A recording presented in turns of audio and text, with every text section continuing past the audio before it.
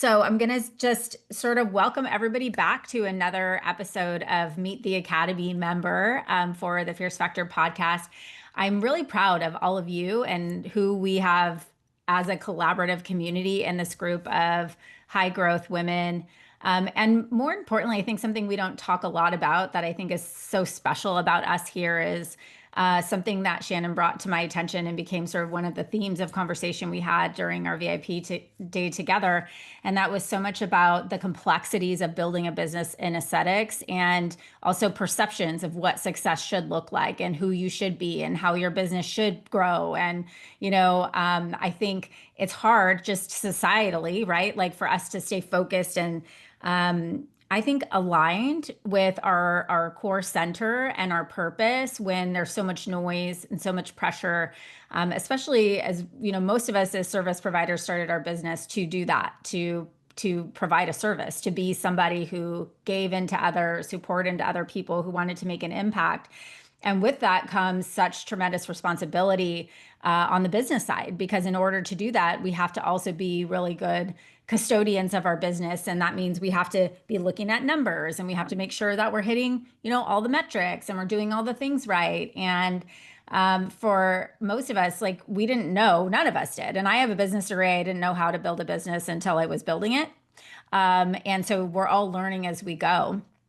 And so Shannon and I had just some really powerful conversations about the industry and about that side of it. And I think what is so special about the way her approach and what she'll share with us today is that you can build a very successful business by the terms of what success means for you. And for many people, it's not just how big can I go and how big can this thing get, but going back to the basics, I think was the words that we use. So I'm so excited to have you here, Shannon. Thank you so much for joining me on the podcast and also being open to this spontaneous, who knows what questions we're going to get experience of live podcasting. So welcome. Thank you. I'm very excited. Yay.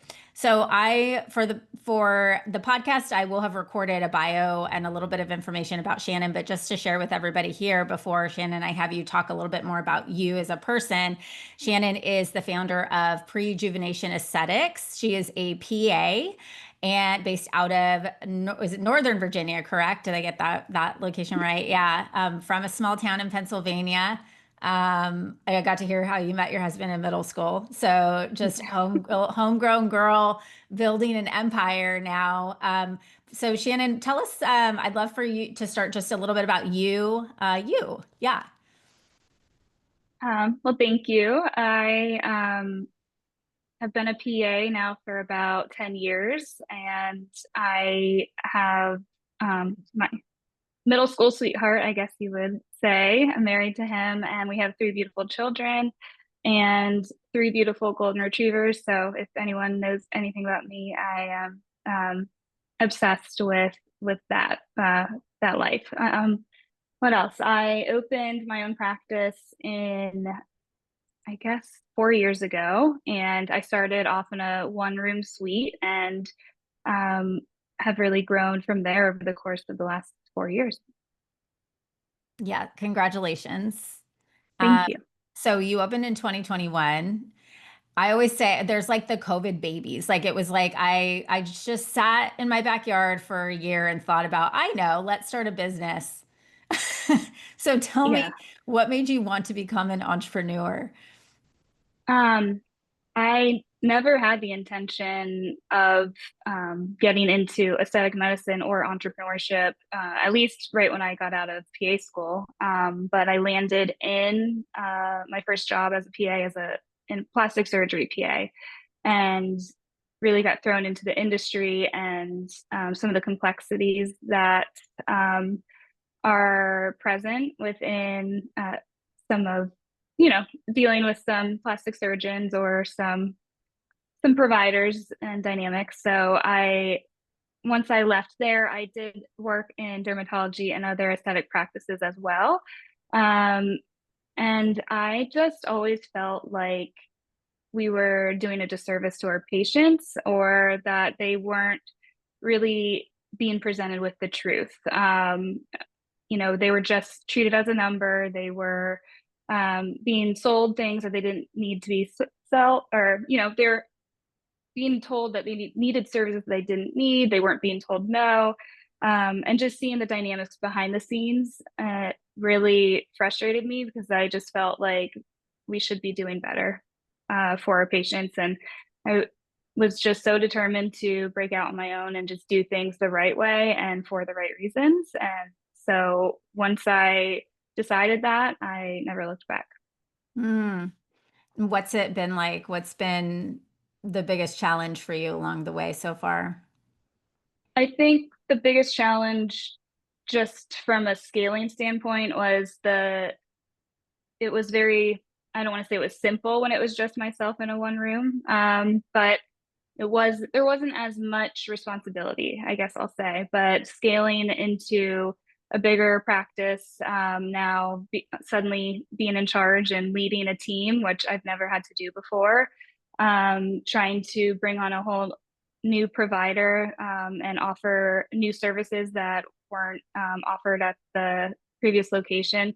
There's just been a lot of growing pains. And with that, taking on the responsibility of now having to meet, the overhead and all the different complexities of team dynamics, it really has challenged me to, I guess, dive into the business and leadership in a completely different way than what I originally set out for, when I was just a solo provider.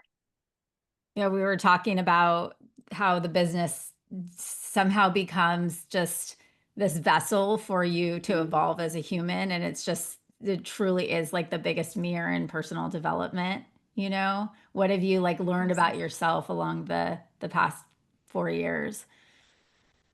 Um, I mean, this has been the biggest eye opener of pretty much anything, any insecurity that you have internally or anything that you might be conflicted with. Owning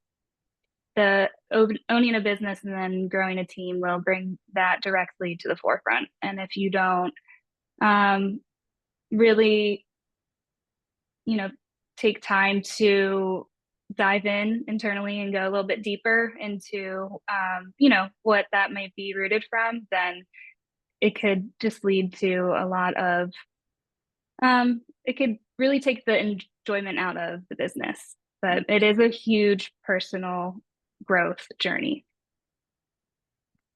Yes, for sure. And speaking of your journey, something I always tell you is like you have an old soul, very much wise beyond your years. So we have kids, like our oldest are the same age, a few years older than you. But you really are just, I think you've been through a lot in life, and I'm curious if you could share a little bit about your personal story and how that's impacted your journey of really your life and entrepreneurship and your mission and how you want to live that out through your business. Yeah, I was forced to grow up at a very young age. Unfortunately, I lost my parents when I was 5 years old. And so through that, it changed not only the whole trajectory of my life, but then I've had to, deal with all the aftermath of that, and having to grow up and be so responsible at such a young age. But I do feel like that has shaped me into who I am, and what I'm capable of enduring. But with that, it also has changed my perspective on life and what is important and what I value. We spoke at our one on one that, to me, it was never for the money or finances when I opened up a business. It was truly for the reasons of wanting to be an honest and authentic provider and do things the right way. So, while I really have endured a lot in life, I really feel like what has shaped me, or what it has shaped me to be, is learning to really dig into that or dive into that. Hmm. So you talk about like this has shaped you and who you are. Who are you? Um, who am I? It's a deep question. I would Oh, say very Oprah like when I asked it, I by the way. I was like, oh no, I gosh, love it. I'm glad someone asked me that one. I would say I am, I'm a mother, I'm a wife, I'm a provider. I am a businesswoman. I'm someone who values the simple things in life. I'm authentic. I um, really lead my life with intention, and I um, I'm really proud of myself for that. It's evident all of those things, and we talk about success, and it's so it's something I think we together wanted to kind of bring to this conversation, which is that it's strange how we are focused as we're growing and building our business on surface level. I mean, so intently on growth, so intently on more, so intently on the next thing. And we're ambitious and we're built and driven that way. But when we ask ourselves, like, what does success mean to you? And I asked you who you are, it was really none of that, right? And so we talked about alignment and authenticity. What do you feel like in our industry, in terms of authenticity, in terms of you living in that kind of alignment where you get to build a business that satisfies those true pillars of success for you, what do you think is missing in our industry? I think being authentic and how providers or practices might present themselves to the public, we're missing that.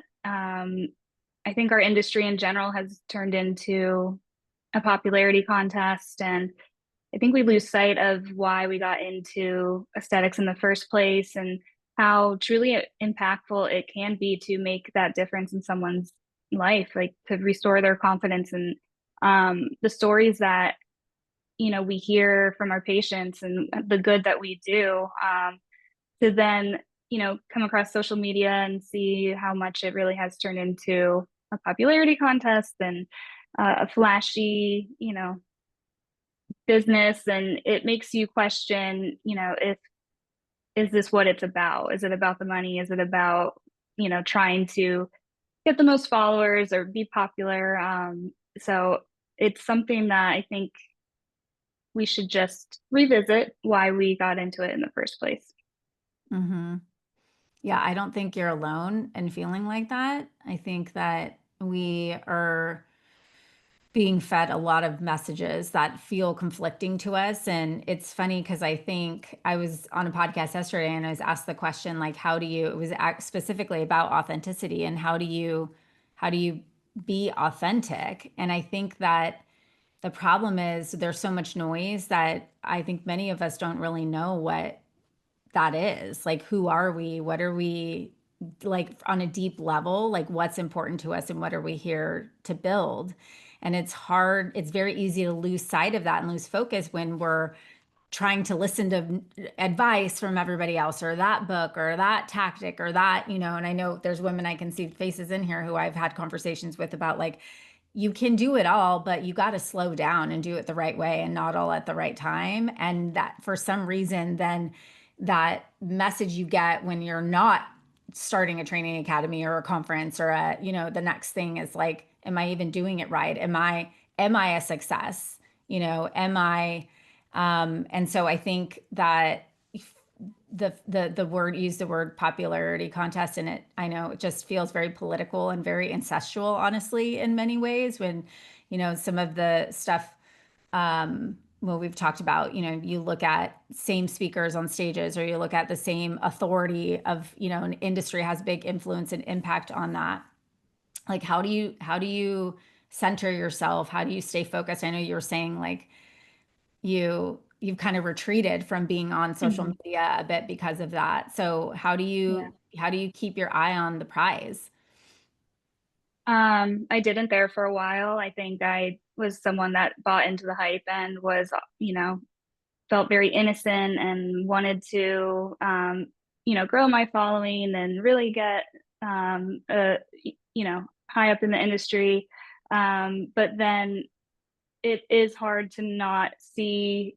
yourself compared to other people and what they're doing. And so it started to make me feel, like, oh, my business isn't as big. Oh, I'm still in this one room suite 2 years later. Like, I didn't think I would be here.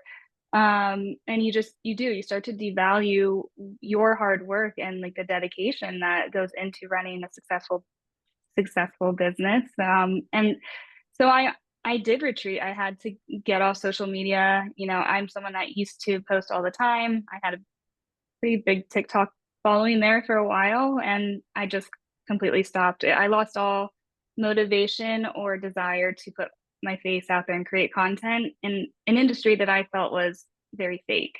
Mhm. At that point, I was really just trying to go back to, okay, what is the most important thing right now? And right now it is building my team and building the infrastructure of my business, making sure I'm doing things correctly and not worried about the latest trend, the newest product or device, and just trying to stay true to what my original goal was when opening the business, and just again try to stay off social media. Where do you find the confidence to do that? Because let me like kind of give some context. I think you have to have a certain sense of worthiness to say, I'm, I don't need that. I'm not playing that game. I'm playing this game. Where does that come from? I mean, it's a ongoing battle, I would say. But I think it's just really discovering and asking yourself like what your worth is. And that has led me to, I guess, invest more in myself, to work on confidence, and also just hearing the stories from my patients and the feedback that we get from them. That's what that's what fuels me and ignites my confidence. I'm doing just fine, whether it's for everyone to see or just for my patients or family to see. There's a question in the chat that says, well, how do you stay off social media when you're trying to grow your practice? I know, it's a double-edged sword. It's difficult. I When I was posting more, I was really just posting videos, mainly on TikTok, and would get off of it and not look at other people's feeds. Not to say that I don't get on social media at all. I just have chosen who I am, who and what kind of content I'm following, so that that comparison isn't there. Mhm. But it is important to grow your business on social media. There's definitely a need for that. I hired someone to help me with that. And so they're responsible for posting a lot of the content. Yeah, I'm kind of circling back to a conversation you and I have had before about comparison. And I happen to think that that in itself is probably one of the most restrictive and suffocating things that can stagnate an entrepreneur at any stage. Certainly in the beginning, it's hard because you're looking for inspiration and for direction on how to grow the right way. And so you almost do see it's like, I've asked myself this before, like, would you want to grow up in the days when like everything was like the yellow, what was the yellow phone book or whatever, you know? Yellow pages, Yeah, yes. the yellow pages, or would you want it like there's such tremendous advantage for us, like what we were just talking about earlier about like you can follow a business mentor and get tips on how to like apply strategies in your practice and things like that. But then at the same time, the cost of also losing yourself because you're so busy looking at what other people are doing that it's this natural comparison that happens. And I hear like, I mean, it's incessant. Like, what are they doing? What are they doing? What are they doing? And, you go and shadow somebody and it's like, you want to follow every single thing that they did to like create this sort of success. But there's a whole story behind that. There's a whole human behind that. And there's a whole mindset that they had and things that they had to endure and overcome. And I think that part is never shown on social media. And so it's very misleading, right? And so I think, it's like, how do you use comparison as, well, to avoid it as much as possible, but in a way to shift your mind to say, No, actually, I feel so confident in who I am because I am living out my own destiny and my own dream. It's hard. It's really hard Very to hard. do. Yeah, I think you have to be comfortable with what your version of success looks like and understanding that um, that's not going to be the same as everyone else's. And we don't get the full picture on social media. I mean, I don't post about what happened to me growing up on social media. So people would never know why I am the way that I am. I think it's very easy to judge a book by its cover. And, while it's hard to not compare yourself, you can either use it as motivation and reassurance, and really help that stay rooted in what success looks like to you. Mhm. There's a question in the chat. What mindset shift have you experienced or learned as a CEO that has helped you the most in your business and with team? Oh, Um, it's okay to not know what you're doing, I think, and just acceptance of that. I remember preparing for my first employee and having a call with you, Kaylee, I think our first video call, and I was just like sobbing because I didn't have everything put together. And you're just like, well, why would you have everything put together? But, no one ever told me that it's okay to not have it all together. You just assume like we're perfectionists, went to PA school, I got good grades, I've always been an overachiever. So I, it never occurred to me that it's okay to not know what you're doing sometimes and just figure it out as you go. yeah. We talked about, I especially see this the PAs, because I've, like worked with different specialties. So there's such like a generalization, but I was telling Shannon that my PA girls are like very scientific, very analytical, very black and white, very much like they had to have perfect grades, everything. It's just there's a structure to everything, and it's like everything's completed. The T's are crossed, the I's are dotted, and then the NPs and like the nursing school sort of track, like you're a little bit more kind of street smarts, reactive. Like there's a little bit more leniency, I think, that they give themselves. This is just my opinion. And so we were talking about how your business, while there's so much logic in general, it's really more an art form, and you have to like be okay with expressing that creative, exploratory, like I'm learning, and failing and then recovering, and it feels very different for you, right? Because that's not how you're programmed. Exactly. Yeah. Yeah, I shared how competitive it was to even get in a PA program. And I mean, that starts the whole comparison because from day one, pre-PA track, you're comparing all the grades. Everyone's talking about, their previous experience, how many hours they have. And you all know at the end of the day, it's a couple hundred people applying for a 30-seat program. So that's where I think it stems from, that, perfectionist mentality. But um, yeah, I like totally lost track of the question. Sorry. No, I think we're just chatting. I was just saying, like, you know, being you were talking about building a business and how you've learned to be okay with like not having to have all the answers, right? So like the example was getting prepared to like hire your first employee. And I think I've had this conversation with many of the women in this room too. It's like, no, you got to just kind of go that you get together what you can, but you're not going to have all the answers. Like growing a successful business is very much a game of failing and doing it wrong, because you honestly don't know what right looks like or what alignment feels like, or what, you grow this sense of self-worth and confidence by just being like, I'm not putting up with that anymore, honestly. Like and then you realize, like, okay, I'm going to do it this way. This is what works for me better. And so you have to have so much grace for yourself that it may not work out. Like, of course, we always hope, but there's a possibility that this is a lesson in learning and growth for me, and not necessarily like this magic bullet.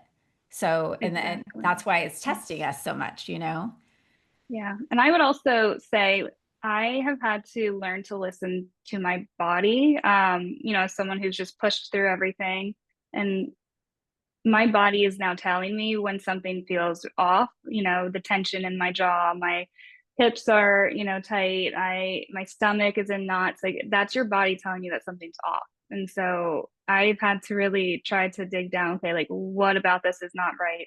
And I would just say really trust your instinct because it's almost always right, especially Yeah. within the business. That could be team members, it could be a program that doesn't feel right to you, or a service that you're offering that you don't like. Your body will let you know when something's off. So practically speaking, what do you do when something is off? So now you feel that in your body, you're like, something's off. Like what? Now what? Um, I have to have quiet time to really just sit and think, or to not think and just, take it easy. I think I have been so trained to just do more, lean in and work harder and figure it out. But that is the opposite of what is going to benefit me, because it's going to lead to exhaustion and burnout. And so I've had to kind of learn that the hard way. But just taking more time off, um, taking a step back, and just, being at peace with the process. Hmm. I think it's pretty counterintuitive that we got to a point where it was the grind, it was the hard work, it was the competition, it was the all of those things that created the level of success that we have. And then all of a sudden it's like you got to go sit on a mountain and meditate. It's like, what is going on here? It feels very counterintuitive. And it's really, it becomes like about how good are you about preserving your energy and building, I think, boundaries, right? Like building and systems to support you so that you can show up as your most energetic self into the things that you know are going to drive and pull the levers in your business. Because burnout's a real thing. And we've all, if you've owned a business, you've been there on the verge at least, or somewhere close to that, where you have those days and you're like, I'm not sure. Yeah, I remember, I think it was February. I was in a meeting with Krista and I'm like, I'm just so tired. I'm waking up at 3:30 in the morning every day. And, I didn't have anything else to do. So I would start working. And she was like, I think I think you're burnout. Um, So, yeah, that started my process of having to really reevaluate my surroundings and like what is going on. Yeah. So how would you when we talked a lot about confidence and finding that, and you know I think looking at like how do you find confidence when you're throwing yourself into an arena where you're playing a game you just don't know, like where how do you show up, where how would you mentor somebody if they asked you like how do I where do I get that confidence from?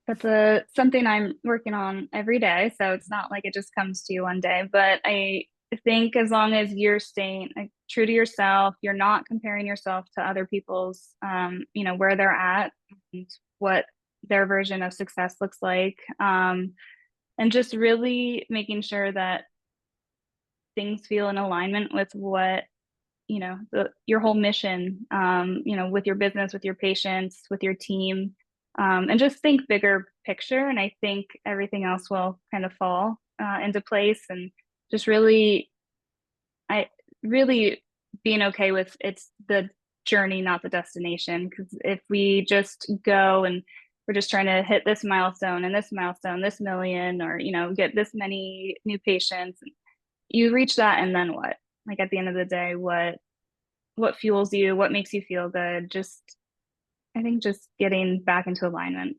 can help you feel a little more confident. You used the words, and we talked about this when I kind of opened up this podcast, but we talked about your language was getting back to the basics was sort of like a theme for you. Tell me more about what that means. I'm just trying to simplify everything and the business. And I think we go into building these systems or bringing on these devices or trying to grow, and we have really good intention behind it, but then we get so lost in the process that we lose sight of the whole, what are the simple things that are going to drive my business, drive success, make me feel like the best version of myself. Because when we start to overcomplicate things, it can confuse not only yourself but your team and your patients. And I don't know, I'm just really trying to simplify as much as possible. What are some of those things for you? Big one would be the patient journey and really just honing in on our MVBs and, what are the top services that they're coming in for? What are their top concerns, and really targeting them and the client experience rather than trying to get a ton of new patients in or, just let anyone walk through the doors. I'm really trying to make sure that what we're offering is catering to our top clients. That's awesome. And I think that will go a long way. And I think goes back to like it's pulling, focusing and spending time and energy on pulling the right levers, right? That are good. That's going to Mhm. impact everything else. What is it like, just a personal question, 3 kids, 3 dogs, you're young. I think you said you had kids at 18. Yes, I had my son on my 18th birthday. Oh, on your 18th. So you have the same birthday. We do, Oh yes. my gosh, happy birthday. Yeah. Yeah, so what is it like? Like, how do you build this business? And I mean, how do you do it all? Uh, you don't.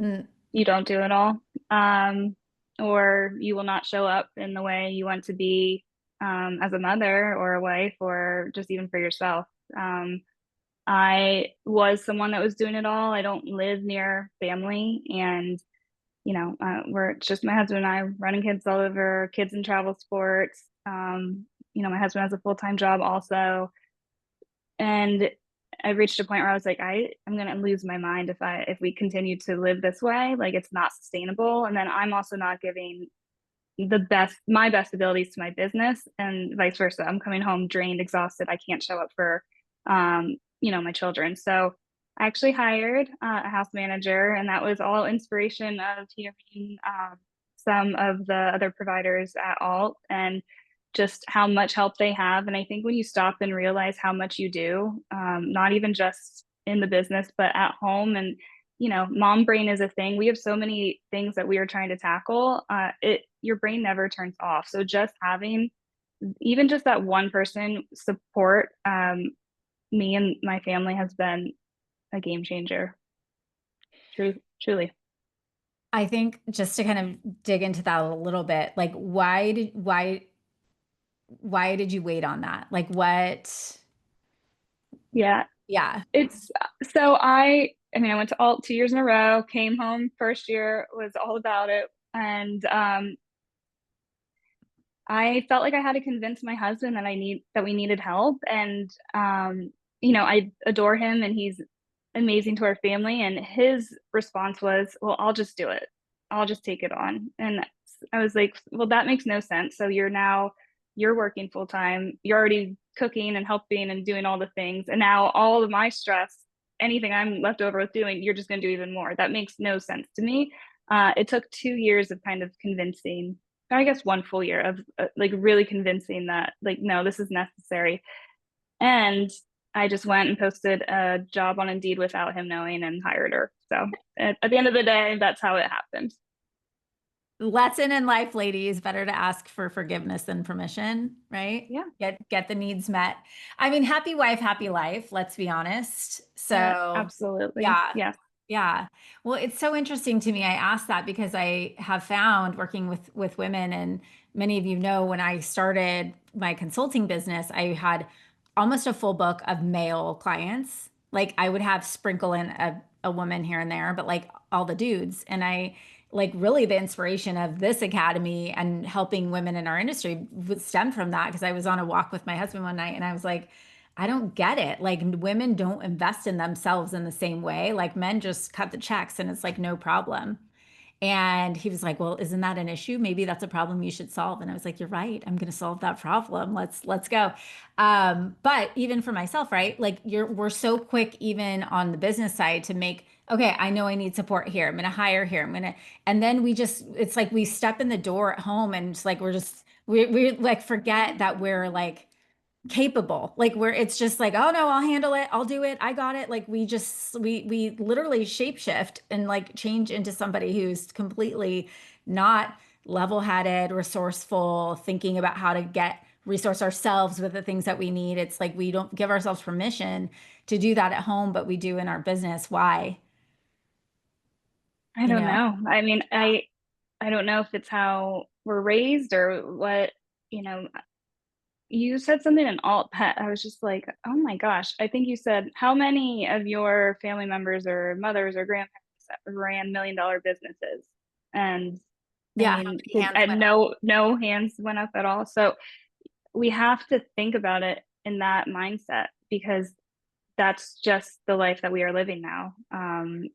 That's the life we chose when we signed up to open a business. And I mean, if someone's able to do it all and not have that burnout, then more power to them. But I just know that I could not invest as much time and energy into the things I that energize me and help the business if I didn't have the help that we have. Yeah. I think to the reality is that the domestic roles are shifting in households, and it's starting with us. We are trailblazers. Like we are actually doing this thing right now. Like someday our great grandchildren are going to look at us and be like, whoa, they didn't have a house.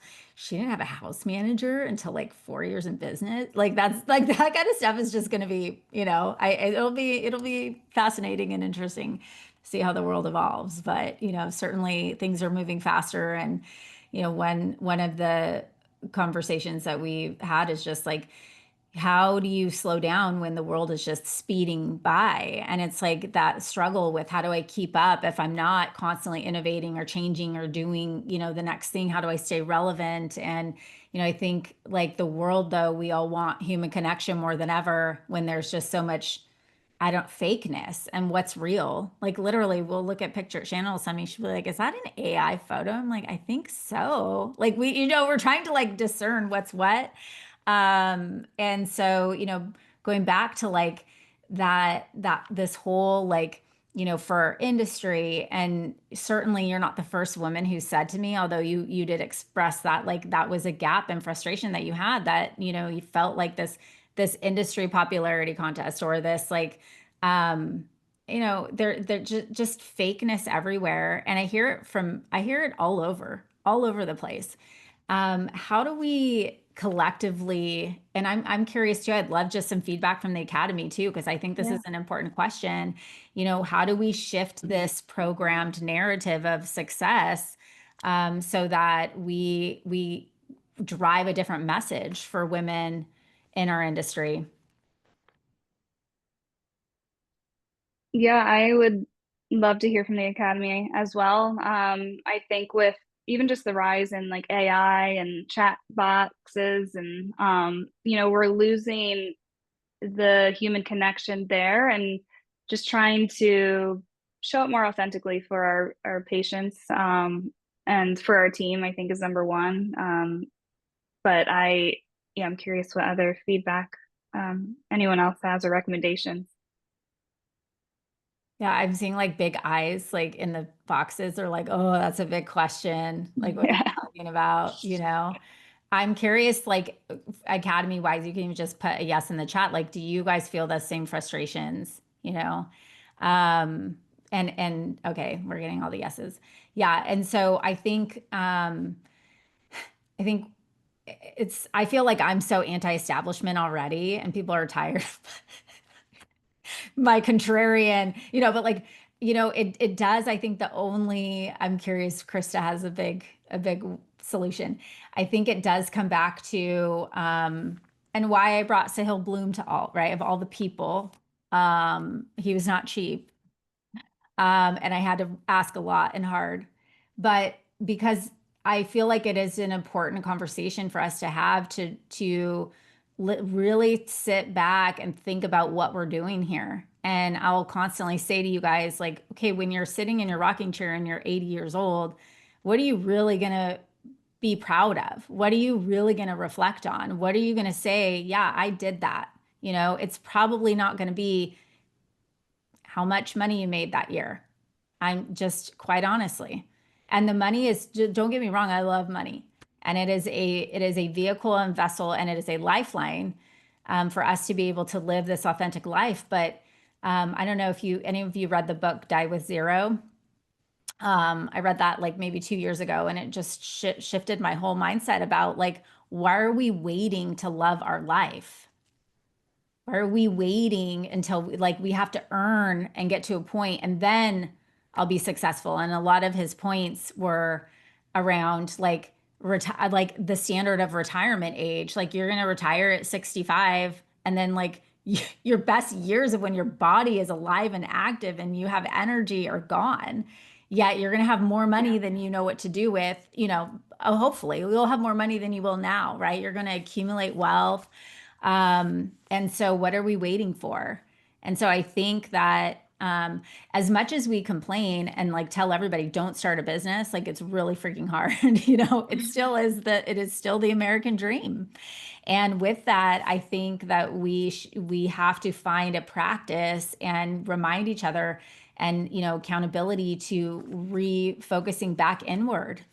And so like when you talked about back to the basics, to me that was that. It was like, no, what are my basic needs? Why am I doing this? What does success, what defines success? Because when I asked you about your perfect day, it was a pretty surprising answer, I mean, but yeah, a lot of quiet time, a lot of alone time, a lot of just reconnecting with yourself, right? And I think a lot of us crave that. And so why can't we give that to ourselves? Like who do we need permission from? Yeah. exactly. And I think, yes, as long as you're staying true to yourself and looking at the bigger picture, and as much as I love my business, I also don't want to look back in 10, 15 years and my kids are essentially grown up and all they think about is mom being a stress ball, for the last 10 to 15 years. So I think just trying to slow down. We don't always have to go so fast, and more is not always better. Sometimes it's really just, enjoying what you have. And when you and I were in our one on one, and I was explain or describing like what my goal is or what I want in the future, and you're like, well, don't you already have all that now? And I'm like, actually, yeah, I do. So you lose sight of all of like what is important, and so that was a big shift for me. I'm like, oh, I already do have all this currently, so what am I waiting for to enjoy it? Thank you for sharing that.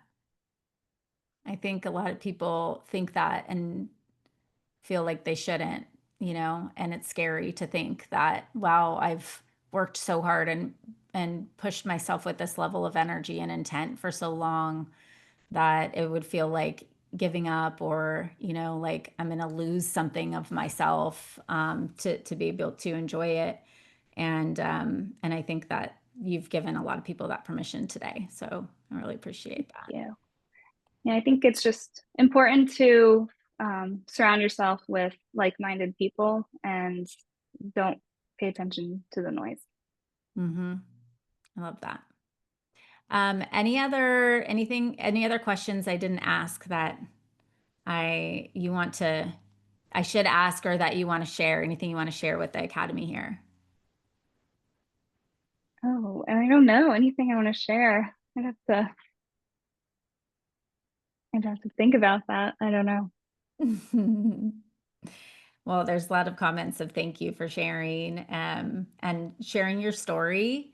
And I just believe like you're so inspiring, and it's been such a joy getting to know you and also just watching how you have navigated building this business over the past few years. And I'm so excited because we talked about this year for you, growth is not up, it's down, it's planting roots. And I can't even imagine what's to come, for you in terms of your fulfillment in life and what that's going to create in terms of impact as you grow your business. So congratulations on that. And Yeah. yeah, really proud of you. Well, thank you for all of your wisdom and for being a part of the Fierce Factor podcast today. How can people go follow? Well, do you want social media? How about if someone Yeah. has a message, like if this touched you and you're like, I needed to hear that? How about, would you like a DM? Like, can someone say, hey, Yeah. I heard you on podcast and, okay. Yes, I might take a few days to respond. But I will, that's the best way to reach me. Yeah. Yeah, or DM me and I'll screenshot. But so what's your Instagram handle? Injector_Shannon. Okay, injector underscore Shannon. All right, Shannon, thank you so much. Thank you, Kaylee.